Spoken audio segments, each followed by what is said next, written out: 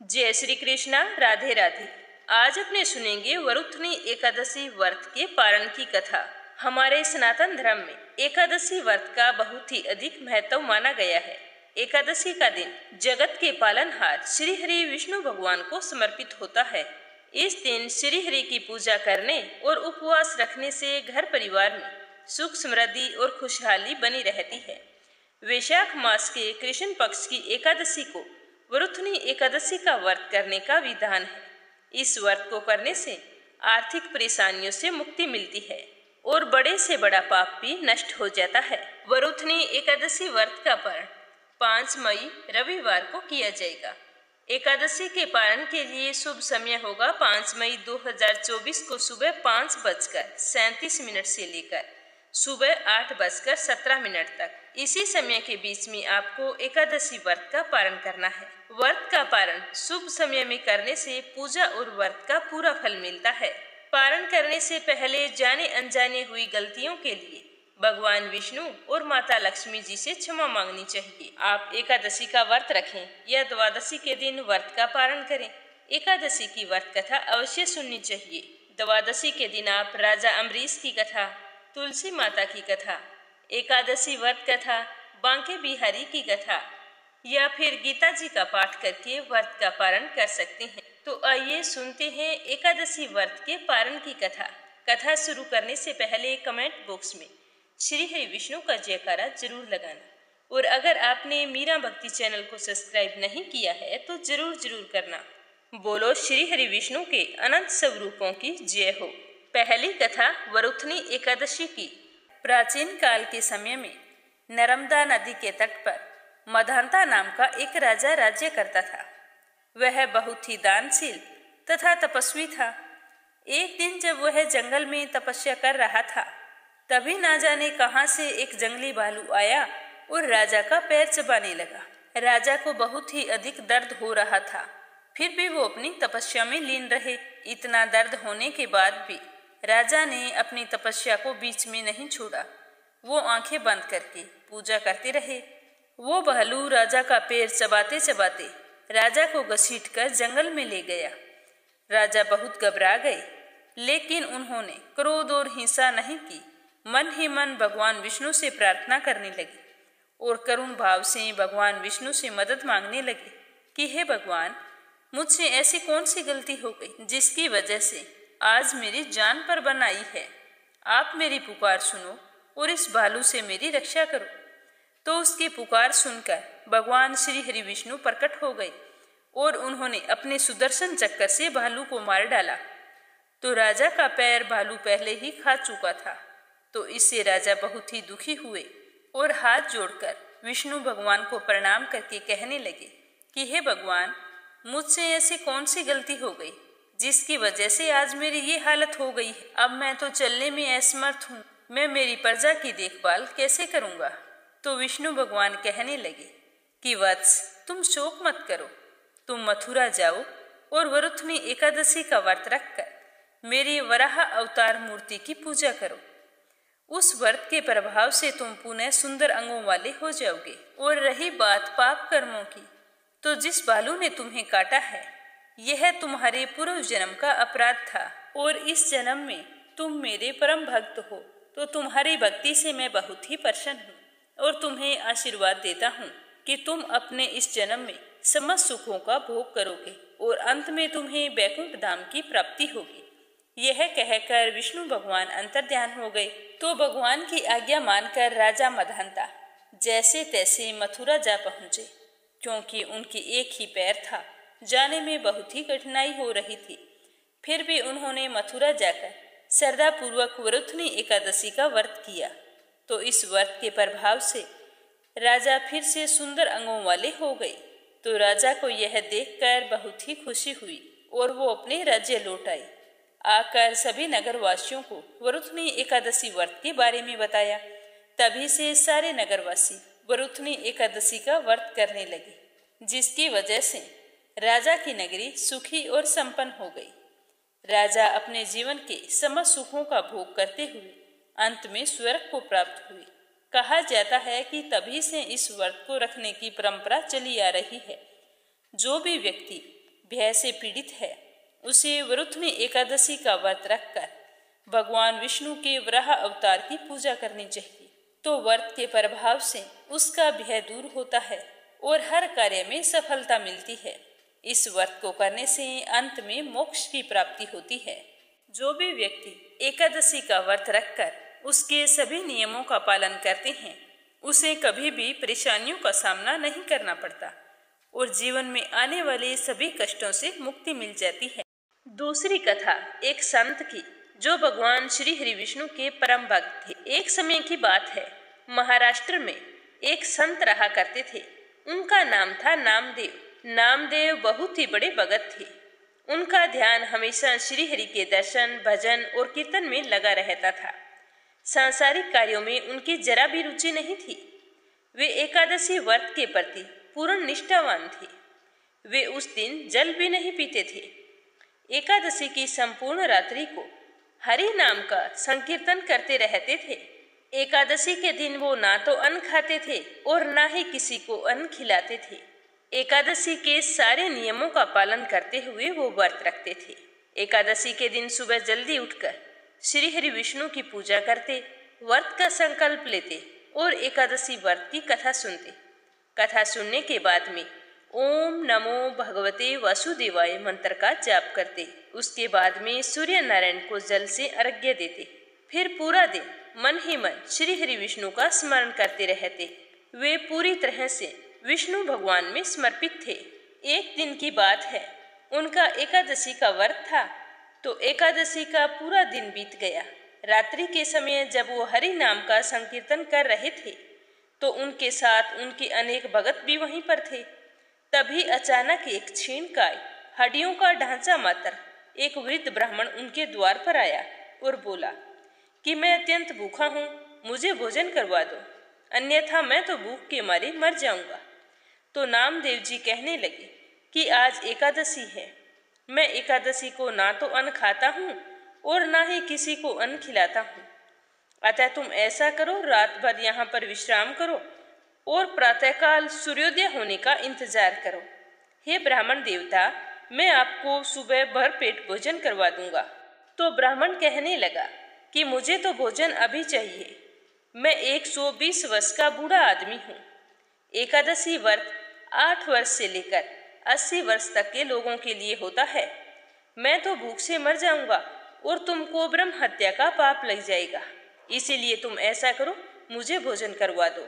तो ब्राह्मण की बात सुनकर नामदेव जी कहने लगे कि हे ब्राह्मण देवता, चाहे कुछ भी हो जाए, मैं आपको भोजन नहीं करवा सकता। कृपया करके आप सुबह होने की प्रतीक्षा करें।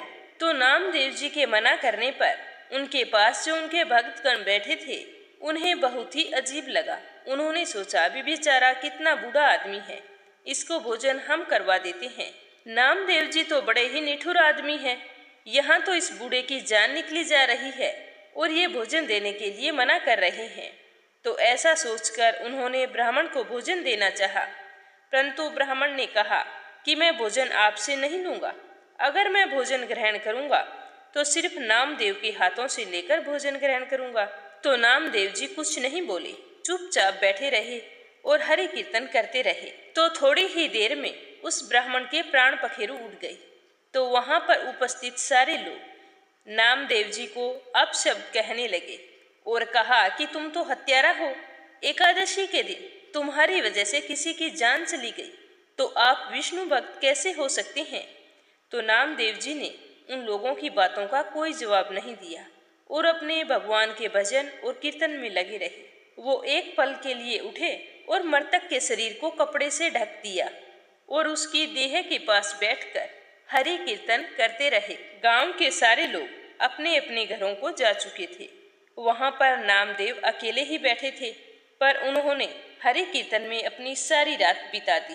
प्रातःकाल होते ही नामदेव जी ने स्नान किया और भगवान श्री हरि विष्णु और माता लक्ष्मी की पूजा की। पूजा करने के बाद में तुलसी दल से अपने व्रत का पारण किया। पारण करने के बाद में उस ब्राह्मण के लिए एक चिता बनवाई और फिर स्वयं नामदेव उस ब्राह्मण को अपनी गोद में लेकर चिता पर बैठ गए। चिता को अग्नि लगाई गई। तब तक वहां गांव के लोग इकट्ठे हो चुके थे। और सारे लोग देख रहे थे कि नामदेव तो मूर्ख आदमी है। पहले तो इस बेचारे को भोजन नहीं दिया, अब ये मर गया है तो इसके साथ मरने को तैयार है। इस तरह सारे लोग नाना प्रकार की बातें करते रहे। चिता को अग्नि दी गई। आग की लपटें जब नामदेव जी तक पहुंचने वाली थी तो वह बूढ़ा ब्राह्मण अचानक से खड़ा हो गया और नामदेव जी को उठाकर चिता से बाहर कूद पड़ा। तो नामदेव जी और गांव वालों की समझ में कुछ नहीं आ रहा था। तभी उस बूढ़े ब्राह्मण ने अपना असली रूप विष्णु भगवान का रूप धारण करके नामदेव से कहा कि मैं तुम्हारी भक्ति से अत्यंत प्रसन्न हूँ। इस तरह से जो मेरी सच्ची भक्ति करता है और एकादशी का व्रत रखता है तो एकादशी के सारे नियमों का पालन करता है, तो उनकी रक्षा मैं स्वयं करता हूँ। यह कहकर विष्णु भगवान अंतर्ध्यान हो गए और वहाँ पर खड़े सारे लोग नामदेव जी की जय जयकार करने लगे। अब अगली कहानी सुनेंगे बांके बिहारी। एक समय की बात है कि बांके बिहारी का एक भक्त था। वह रोजाना बिहारी जी के मंदिर जाता था, पर मंदिर में जाने पर उसे बिहारी जी की जगह सिर्फ एक ज्योति जलती हुई दिखाई देती थी। मंदिर में बाकी सारे लोग कहते कि वाह भाई, आज तो बिहारी जी का श्रृंगार कितना अच्छा है, आज तो मुकुट बहुत सुंदर है और उससे सुंदर उनकी पोशाक है। तो वह भक्त सोचता कि बिहारी जी सबको दर्शन देते हैं, पर मुझे दर्शन क्यों नहीं देते? मुझे तो केवल एक ज्योति दिखाई देती है। हर दिन ऐसा ही होता रहा। एक दिन वो बिहारी जी से बोला कि ऐसी क्या बात है कि आप सभी को दर्शन देते हैं परंतु मुझे दिखाई नहीं देते।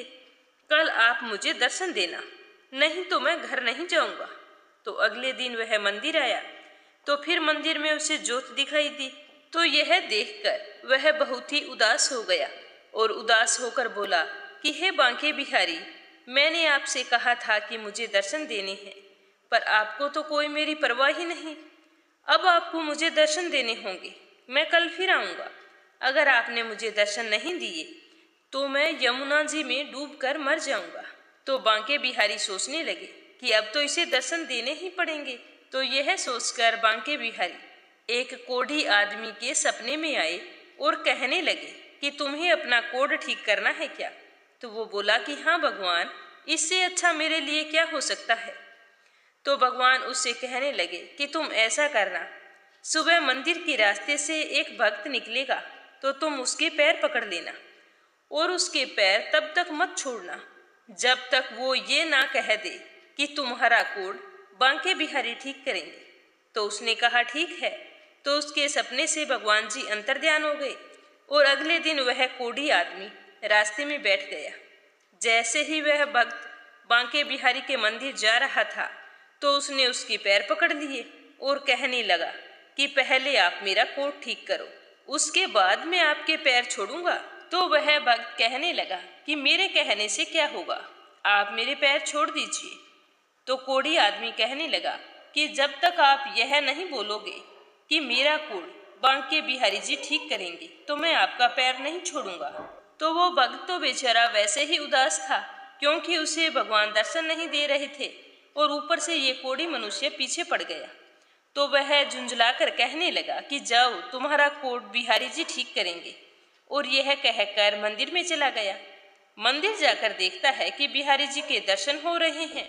तो यह देखकर उसे गुस्सा आ गया और बिहारी जी से पूछने लगा कि आपने मुझे आज तक दर्शन क्यों नहीं दिए। तो बिहारी जी कहने लगे कि तुम मेरे निष्काम भक्त हो, आज तक तुमने मुझसे कुछ मांगा ही नहीं, इसीलिए मैं क्या मुँह लेकर तुम्हें दर्शन देता। यहाँ तो सभी भक्तजन कुछ ना कुछ मांगते रहते हैं, इसीलिए मैं उनसे नजरें मिला सकता हूँ। पर आज तुमने रास्ते में उस कोढ़ी से कहा था कि बिहारी जी तुम्हारा कोढ़ ठीक करेंगे, तो इसीलिए मैं तुम्हें दर्शन देने के लिए आ गया हूँ। तो यह सुनकर वह भक्त बहुत ही खुश हुआ। बोलो बांके बिहारी की जय हो। अब एक कथा सुनेंगे तुलसी माता की। एक बुढ़िया थी, वह नित्य नियम से तुलसी माता की पूजा करती थी। उसके एक पोती थी, तो वह अपनी दादी को नित्य नियम से तुलसी माता की पूजा करते हुए देखकर वो भी नियम से तुलसी माँ की पूजा करने लगी। अब वह रोजाना सुबह जल्दी उठती, स्नान करने के बाद में सबसे पहले तुलसी माता को जल अर्पित करती, उसी के बाद कुछ खाना पीना करती थी। धीरे धीरे उसका यह नियम बन गया कि वो तुलसी की पूजा किए बिना कुछ भी नहीं खाती पीती थी। इस तरह समय बीतता गया। समय के साथ वो कन्या बड़ी हो गई। जब वो कन्या शादी लायक हुई तो उसके माता पिता ने एक अच्छे से घर में उसकी शादी करवा दी। शादी के बाद जैसे ही वो ससुराल के लिए विदा होने लगी तो उसकी दादी माँ ने उसे एक तुलसी का गमला दिया और कहा कि बेटा, नियम से इसकी पूजा ससुराल में भी करना, इससे तुम्हारे घर में सुख सौभाग्य की वृद्धि होगी। तो वह बड़ी ही खुशी से अपनी दादी माँ से उस गमले को लेकर ससुराल चली गई और रोजाना सुबह जल्दी उठती और फिर स्नान करके तुलसी माता की पूजा करती। उसी के बाद में चाय पीती। ससुराल में उसके 2 जेठानियां थी। वो उसे इस तरह पूजा पाठ करते देखती तो ईर्ष्यावश उसका मजाक उड़ाती थी। कहती कि बड़ी आई नियम धर्म वाली, सारे शास्त्र तू ही जानती है। सुबह का काम काज ना करना पड़े इसीलिए बहाना बनाकर तुलसी की पूजा करने के लिए बैठ जाती है। ऐसा करते करते एक दिन दोनों जेठानियों ने कहा कि क्यों न आज हम इसका गमला छुपा देते हैं, देखते हैं कि ये पूजा कैसे करेगी। तो उन्होंने ले जाकर एक जगह तुलसी का गमला छुपा दिया। वह कन्या स्नान करके इधर उधर गमला ढूंढती रही। काफी देर बाद ढूंढने पर उसे गमला मिला तो उसने पूजा की और उसके बाद में ही भोजन किया। अब उन दोनों जेठानियों का तो रोजाना नियम बन गया। वो उसकी तुलसी के गमले को उठाती और कहीं ना कहीं ले जाकर छुपा देती। लेकिन उसने अपनी जेठानियों को कुछ भी नहीं कहा। वह अपनी श्रद्धा से इधर उधर ढूंढकर जब भी उसे गमला मिलता तो उसमें जल सींचकर उसी के बाद खाना खाती। तो एक दिन उसकी जेठानी ने गमले को वहां से उठाया और दूर जाकर जंगल में फेंक आई। तो उस दिन उस कन्या ने स्नान करके गमले को खूब ढूंढा पर उसे गमला नहीं मिला। वह तो बहुत ही परेशान हो गई और दुखी होकर अपने कमरे में बैठ गई और उसने खाना भी नहीं खाया क्योंकि उसका नियम था वो पूरा नहीं हुआ। तो उसे इस तरह से परेशान देखकर तुलसी माता उसकी सच्ची भक्ति से बहुत ही प्रसन्न हुई। तुलसी माँ के आशीर्वाद से उसके कमरे में तुलसी माँ का गमला प्रकट हो गया। अगले दिन जब वह सुबह उठी तो देखती है कि उसके खाट के चारों कोनों पर तुलसी माता का गमला है। तो यह देखकर वो तो बहुत ही प्रसन्न हुई और कहने लगी कि अब मेरी तुलसी माता को कोई नहीं चुरा सकेगा। पूजन करने के लिए मुझे अब कहीं बाहर नहीं जाना पड़ेगा और कोई भी मेरी तुलसी माता को फेंक भी नहीं सकेगा। तो वो जल्दी से स्नान करने के लिए गई और स्नान करके तुलसी माता की पूजा की और पूजा करने के बाद में जैसे ही रसोई घर में वो खाना खाने के लिए गई तो उसे भोजन करता हुआ देखकर उसकी दोनों जेठानियां उसका मजाक उड़ाने लगी और कहने लगी कि लो, देवरानी का नियम धर्म पूरा हो गया। और उसके पास आकर बोली कि तुलसी जी की पूजा कर ली क्या देवरानी जी? तो वह बोली कि हाँ कर ली। तो उसकी जेठानी बोली कि क्यों झूठ बोल रही है, सही सही बोलना कि भूख बर्दाश्त नहीं होती, खाना खाना है तो यूं ही खा ले, पूजा करने का बहाना क्यों बना रही है? तो उसने कहा कि जेठानी जी मैंने पूजा कर ली है। तो उसकी जेठानी बोली कि गमला तो हमने फेंक दिया, तूने पूजा कहाँ से की? आप मेरे कमरे में जाकर देख सकती हैं, मैंने पूजा कर ली। तो अपनी देवरानी की इस तरह बात सुनकर दोनों जेठानियां भागकर उसके कमरे में गई। तो वहां जाकर आश्चर्यचकित हो गई, देखा कि तुलसी माता का बड़ा सारा पौधा वहां पर खड़ा है। तो ये देखकर उसकी जेठानियां बहुत ही शर्मिंदा हुई और बोली कि देवरानी तेरी भक्ति सच्ची है, हमने तुम्हें यूं ही परेशान किया, हमें माफ कर दो। उसी दिन से तीनों देवरानी जेठानी सुबह जल्दी उठकर स्नान करती और उसके बाद में तुलसी माता की पूजा अर्चना करके उसके बाद में घर का कोई अन्य काम करती। ऐसा करने से उनके घर में सुख सौभाग्य का वास हुआ, अन्न और धन के भंडार भर गए और 10वें महीने उन तीनों देवरानियों जेठानियों को सुंदर पुत्र की प्राप्ति हुई। हे तुलसी माता, जैसी कृपा आपने उन पर की वैसी हम पर भी करना, अपनी कृपा दृष्टि बनाए रखना। अगली कहानी एक ब्राह्मण की। एक ब्राह्मण था, वह सुबह सवेरे स्नान करके मंदिर जाता था। प्रतिदिन वहां पर तुलसी माता की पूजा करता था और तुलसी माता से यही प्रार्थना करता कि तुलसी महारानी मेरे भी यहाँ आनंद मंगल करना। बस इस तरह से कहकर वह पूजा करके वापस लौट आता। इस तरह पूजा करते करते ब्राह्मण को कई साल बीत गए। तो तुलसी माता ने सोचा कि यह ब्राह्मण तो बहुत ही सीधा है और गरीब भी है, मेरी प्रतिदिन पूजा करता है और मुझे कहता है कि मेरे घर कुछ आनंद मंगल करना, तो मुझे कुछ न कुछ करना चाहिए। तो एक दिन तुलसी महारानी एक कन्या का रूप धारण करके वहां पर बैठ गई। जैसे ही सुबह सुबह ब्राह्मण देवता पूजा पाठ करने के लिए आए और तुलसी माता की पूजा करके अपने घर को जाने लगे तो वह बोली कि बाबा मैं भी तुम्हारे साथ चलना चाहती हूँ। तो ब्राह्मण ने सोचा कि 6 लड़कियां तो मेरे पहले से हैं और 7 लड़कियों का मैं पालन पोषण कैसे करूंगा, लड़कियों की शादी कैसे कराऊंगा, मेरे पास तो कुछ भी नहीं है। यह सोचकर उसने उस लड़की से कुछ नहीं कहा और चुपचाप अपने घर लौट आया। दूसरे दिन जब ब्राह्मण फिर से मंदिर गया तो वह कन्या वहीं पर बैठी हुई मिली और ब्राह्मण पूजा करके आने लगा। तो वह बोली कि बाबा मैं भी आपके साथ चलूं। तो वह ब्राह्मण कुछ भी नहीं बोला और सीधा अपने घर आ गया। लेकिन मन ही मन सोच सोच कर वह दुखी रहने लगा। चिंता के कारण उसका खाना पीना बिल्कुल ही कम हो गया। तो एक दिन उसकी पत्नी ने कहा कि स्वामी क्या बात है, आजकल बहुत दुखी दुखी दिखाई देते हो, क्या सोचते रहते हो। तो वह ब्राह्मण अपनी पत्नी से बोला कि मैं मंदिर जाता हूँ तो वहाँ पर एक छोटी सी सुंदर सी कन्या बैठी है और वो कहती है कि बाबा मैं भी आपके साथ चलूं। तो मैं उसे क्या जवाब दूं, मेरे पास तो कुछ भी नहीं है। तुम्हें तो पता है कि हम कितने गरीब हैं, 6 बेटियों का पालन पोषण तो हमसे होता नहीं है, तो 7वीं का कहाँ से करेंगे। मैं तो यही सोच सोच कर बहुत ही दुखी रहता हूँ कि उसे क्या जवाब दूं। अब तो मेरा मंदिर जाने से भी जी घबराता है। तो ब्राह्मण की बात सुनकर उसकी पत्नी बोली कि अरे इसमें परेशान होने की क्या बात है, आ रही है तो आने दो। कल जब तुम मंदिर जाओ तो उस लड़की को अपने साथ ले आना, वो भी तो हमारी बेटी है। तो ब्राह्मण बोला कि भाग्यवान, हमें 6 बेटियों की शादी करनी है तो 7वीं की शादी कहाँ से करवाएंगे। हम इतने गरीब हैं, हमारे पास खाने के लिए अनाज नहीं है तो शादी कैसे करवाएंगे। तो ब्राह्मणी ने कहा कि ये कोई बात नहीं हुई, जब हम अपनी 6 बेटियों की शादी करवाएंगे तो वहीं 7वीं की भी करवा देंगे। अगर उसने हमारे घर जन्म लिया होता तो क्या हम उसे घर से निकाल देते। तुम मेरी बात मानो और कल उसे अपने साथ ले आना, मैं इंतजार कर रही हूँ। तो दूसरे दिन सुबह सवेरे स्नान करके जब ब्राह्मण मंदिर को गया और पूजा पाठ करके लौटने लगा तो उस कन्या ने कहा कि बाबा मैं आपके साथ चलूं। तो ब्राह्मण बोला कि हाँ बेटा चल।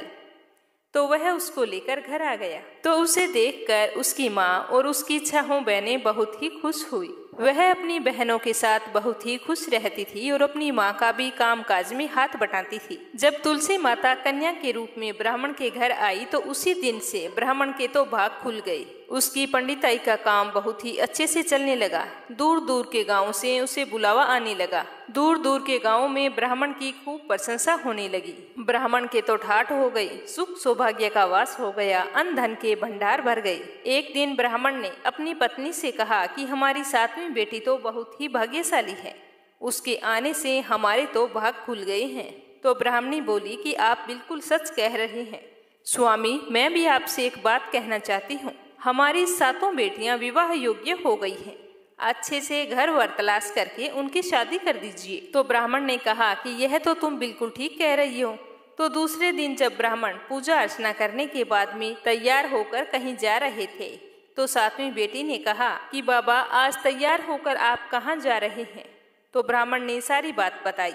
तो वह बोली कि बाबा मुझे अभी शादी नहीं करवानी, मेरी बहनों की शादी कर दो, मैं उनकी शादी में नाचना चाहती हूँ और मेरी शादी बाद में करना। तो इस तरह से फिर उसकी 6 बहनों की अच्छे घर में शादी तय कर दी और तुलसी माता की कृपा से उनके घर में सारे जेवर कपड़ा खाना सब कुछ तैयार हो गया और उन सभी बहनों की अच्छी धूमधाम से शादी हुई और वो सभी अपने अपने ससुराल चली गई। अगले दिन ब्राह्मण सुबह सवेरे उठे तो देखा कि आंगन के बीचों बीच एक तुलसी का पौधा है। तो ब्राह्मण को देखकर यह बहुत ही आश्चर्य हुआ कि मेरे आंगन में तुलसी का पौधा कैसे आया। तो उसने जल्दी से ब्राह्मणी को उठाया और दोनों जैसे ही तुलसी के पौधे के पास गए तो उन्हें अपनी 7वीं बेटी का मुस्कुराता हुआ चेहरा उस तुलसी की पौधे में दिखाई दिया। तो यह देखकर दोनों की आंखों में खुशी के आंसू छलक आए और दोनों कहने लगे कि इतने दिनों तक हमारे साथ तुलसी माता स्वयं रही और हमें पता भी नहीं चला। फिर उसी दिन से ब्राह्मण और ब्राह्मणी स्नान करके पहले तुलसी माता की पूजा करते, पूजा करने के बाद में ही कोई दूसरा काम करते। हे तुलसी माता, जैसा आपने ब्राह्मण को दिया वैसा सबको देना, जैसा आनंद मंगल उनके घर में किया वैसे हमारे भी करना, सुख सौभाग्य बनाए रखना।